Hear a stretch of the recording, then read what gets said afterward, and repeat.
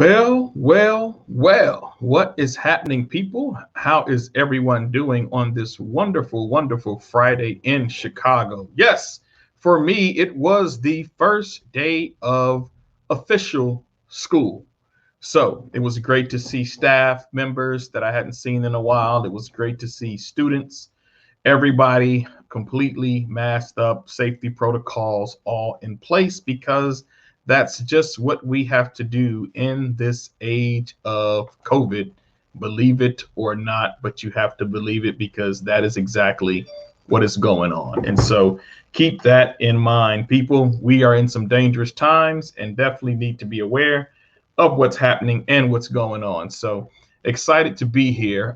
Please say a prayer for my guest who was to be on. He got into an accident on his way to take care of some business to be on this show today. So, Gino Pacino, if you're out there, brother, we are praying for you that you are safely where you need to be and that you're okay. If you need anything, of course, you can reach out directly to me.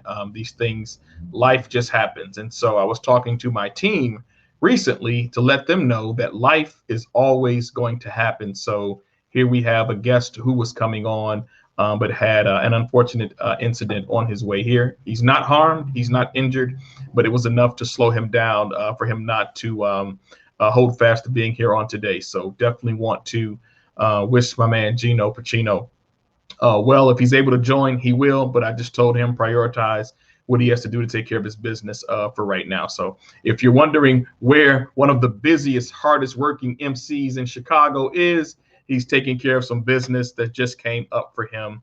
And so still appreciate him for desiring to be here in the studio with me. So thanks for that. What else is going on in the world, people? Chicago always has a lot going on, and those are the things that we typically talk about on this show. Would like to thank my guest from last week, Alderman David Moore, for coming on to talk about his bid for the Illinois Secretary of State position. So I definitely appreciate that.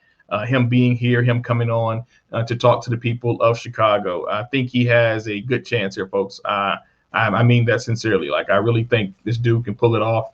He may not have the war chest that Alexei Janolius has. He may not have the influence that Anna Valencia has, but he definitely has his name all throughout Illinois, not just in African-American communities, but also in Latino and Caucasian communities throughout the state. And I think that'll be huge for him when he pulls this off. I think it'll be one of the sentiments that it takes more than money to hold a public office. You have to have a connection with the people. And that's not to say that the other folks don't. Alexei Janolius is very known. And it's very liked, as a matter of fact, as well as Ana Valencia. So we will see where things go for them.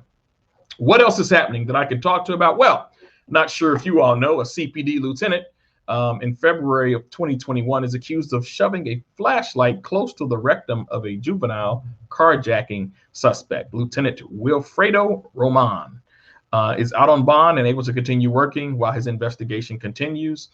Something's going on. Like, I know that the Police Accountability Review Board has been very active in investigating cases of abuse of power by the Chicago Police Department. A couple of officers this week have been charged with punching another suspect, juvenile suspect, in an unrelated incident. So I will save my responses, I typically try to do, for my closeout. So we'll just hold that there for now. A tragic death at a Chase Bank, pretty much close to downtown Chicago. Jessica Valathong, a Chase Bank employee, was stabbed in the neck yesterday. It's reported today that she has passed away. They do have a suspect in custody. What is happening, people? I'm gonna tell you what's going on. Folks are losing their mind. Mental health is real, and there are issues out there, and there are people with them. So I'm hoping that her family will find. I don't know what they're going to find. I just want to pray for them, that they are at peace and that they hold on to the great memories that they had with Jessica while she was here in this realm with us. And so want to encourage them to keep things moving. The pandemic is also full steam ahead. We have several variants out. We've got Delta, we've got Lambda. I think there's another one. And then we still have the regular COVID-19 virus that is out there wreaking havoc. I spoke to someone today today who has breakthrough COVID, as well as her husband and one of the children in their house. And so COVID is real. It's out there, people. I'm a bit hesitant to do a lot of things. I don't go out to public events that much. I do have an event coming up this Sunday. I do have church on Sunday, do have an event coming up this Sunday. But yeah, there's a lot going on. So with that being said, schools are open. And how we approach the pandemic is going to be interesting, but we're using every safety protocol that Chicago Public Schools and the Chicago board has put together for us to follow. And then, of course, we have our own additives in there. And so there has been a boost in employment due to COVID because you need more people to take care of things like maintenance. And so that's what's happening in the world of Chicago. And some of the things we know. The pandemic is all over. We know that. We know that there are places where people don't believe in vaccinations. They don't believe in wearing masks. But do y'all know what's going on in Texas? Texas, what y'all doing, man? What are y'all doing? So Texas has banned abortion after 6 weeks. Now, let me make this statement. I am a Christian. I am as pro-life as they get. I believe that every life is important. I'm pro-life and I'm pro-living. But I also respect the woman's right to dictate what happens with her body because there are no laws dictating what a man can do to his body. So that's not equity. Again, hear me. I don't like abortion. I've gone through an abortion myself in my younger years. It's a lifelong regret, even though I had nothing to do or say about it. And when I found out the child was already aborted, didn't even know. And so I get it. I understand. But I also respect the woman's right to govern her own body. There are no laws governing the body of a man. And guess what? When there are, men typically get off for it. Lest I remind you of a young man who raped a woman while she was drunk, and he only got 6 months in prison. Maybe that was because he's white, but regardless, yeah, he should have something done. Like he should be castrated for the rest of his life. If not physically, then medically. He should be castrated. He should lose the privilege of ever being able to have intercourse again because he raped a woman. But there are no laws governing the male body. So in my opinion, there should be no laws governing the female body. I know that's very controversial. I know some of you may say, oh, he can't be a Christian if he believes that. Yeah, you trash, whatever. Those are just the facts. Just the facts, ma'am. Just the facts. As we look at this, though, something else Texas has done. They have passed a law that you no longer have to have a permit to carry a gun. So this sounds like to me the return to the wild, wild west. So I want to get this straight. We want to protect life in the womb. With all the gun violence going on around America, and Texas is y'all ain't y'all not free from that. I know what goes on in Texas, just like it goes on in every other state. But you all pass a law that you don't have to have a permit to carry a gun. So you're pro-life for the unborn, but you're not pro-life for the living. Where I come from, that's hypocrisy. The people who are pro-life, again, I'm with you. I believe in the preservation of life. I believe in the preservation of inception. I got that. That's part of my belief system. But the flip side to this is you don't want to be vaccinated. You don't want to wear a mask. You just want to live life like there's no pandemic out there. But you say you're pro-life. But you'll cough on someone. You'll accuse someone of being pro-vaccinations. But you see the confusion y'all cause? That's the problem with this law. And if Texas is able to do it, and the Supreme Court has a vote of 5-4, not to pull the ban back of abortion, what do you think every other state's going to do now? See, this is playing up to the next election, people. Y'all got to pay attention to the spiritual realm and what's going on. This is playing up for the next election. They're doing everything that they can to pimp the religious vote. These same people have a foot on your neck. These same people, and I don't care if they Democrat or Republican, continue to give big tax breaks to big corporations. Big Pharma making a killing right now. Make no mistake about it. But all of this is leading up to the next election to ensure that the Republican Party once again regains White House access. That's all this is about. This is not the preservation of life. Because if it was the preservation of life, we'd be doing more to end prison recidivism. We'd be doing more to put trades back in schools for our young people.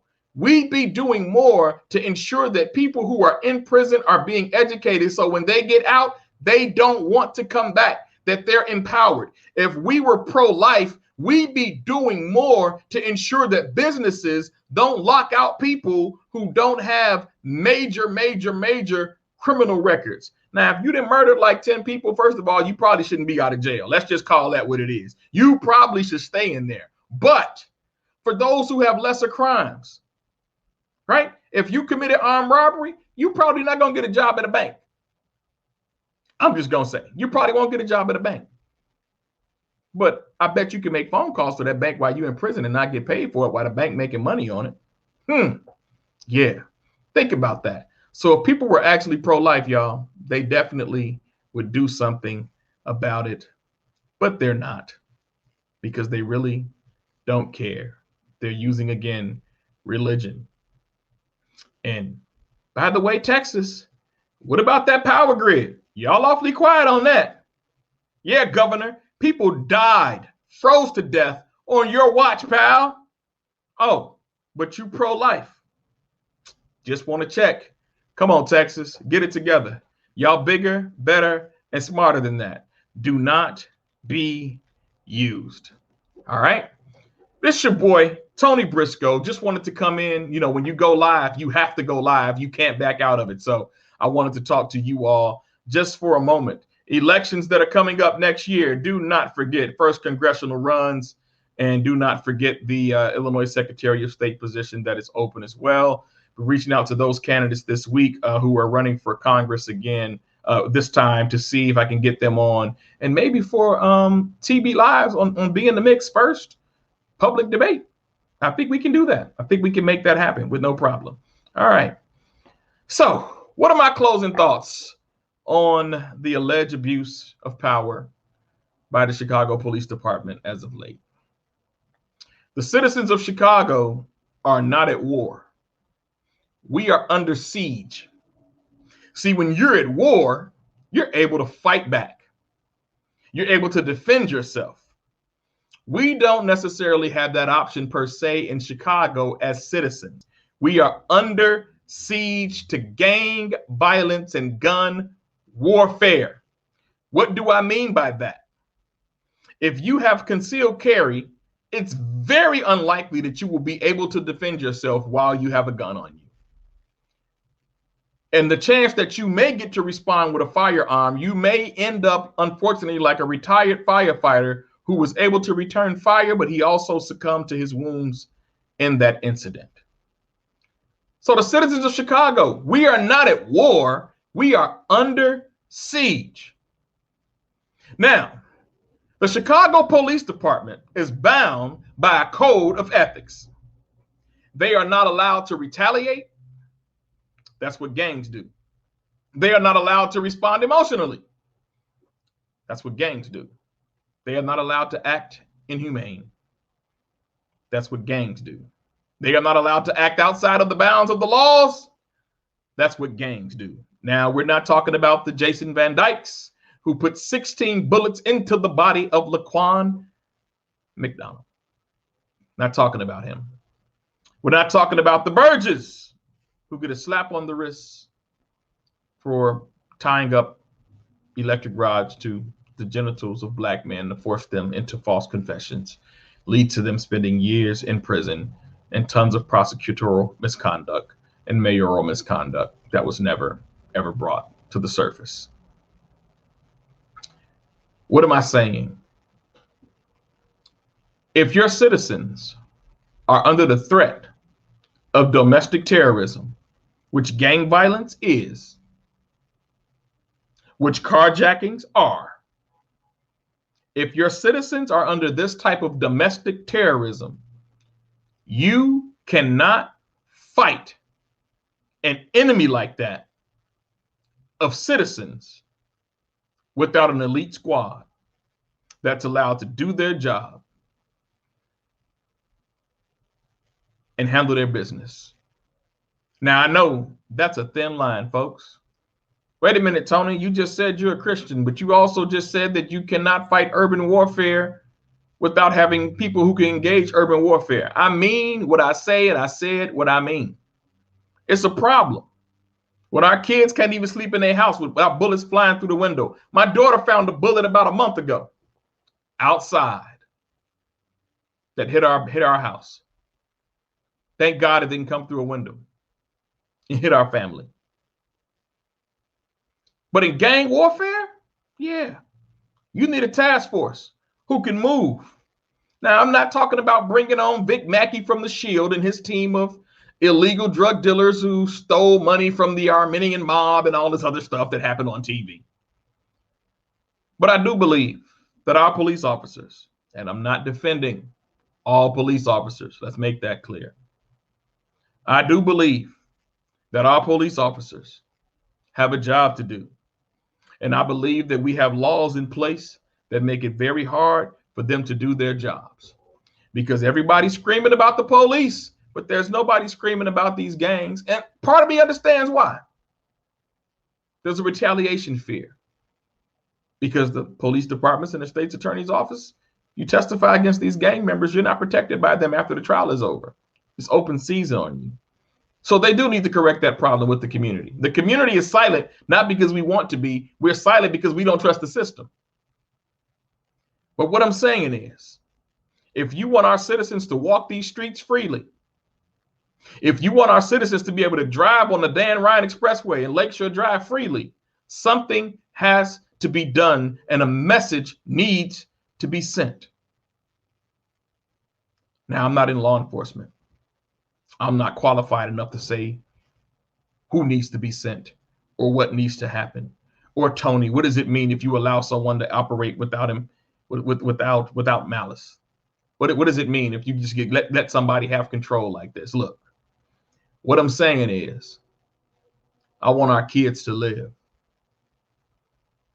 12,794 students are under my care. I want them all to live. And I want them all to live by any means necessary. And if that means that a bad element in our community has to disappear to make that happen,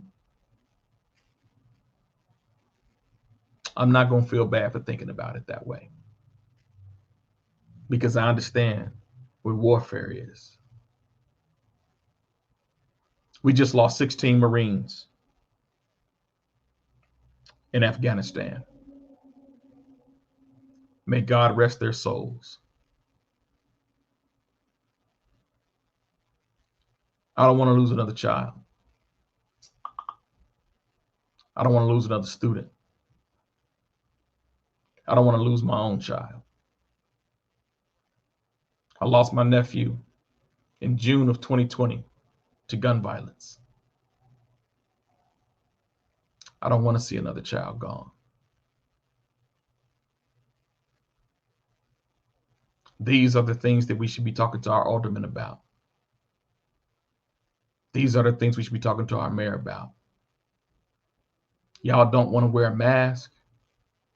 Y'all don't want to be vaccinated. Y'all want to fight over who's wearing a mask and who's not vaccinated. I want to fight for these kids so they don't become a victim of the biggest pandemic that has rocked America since its inception. Gun violence.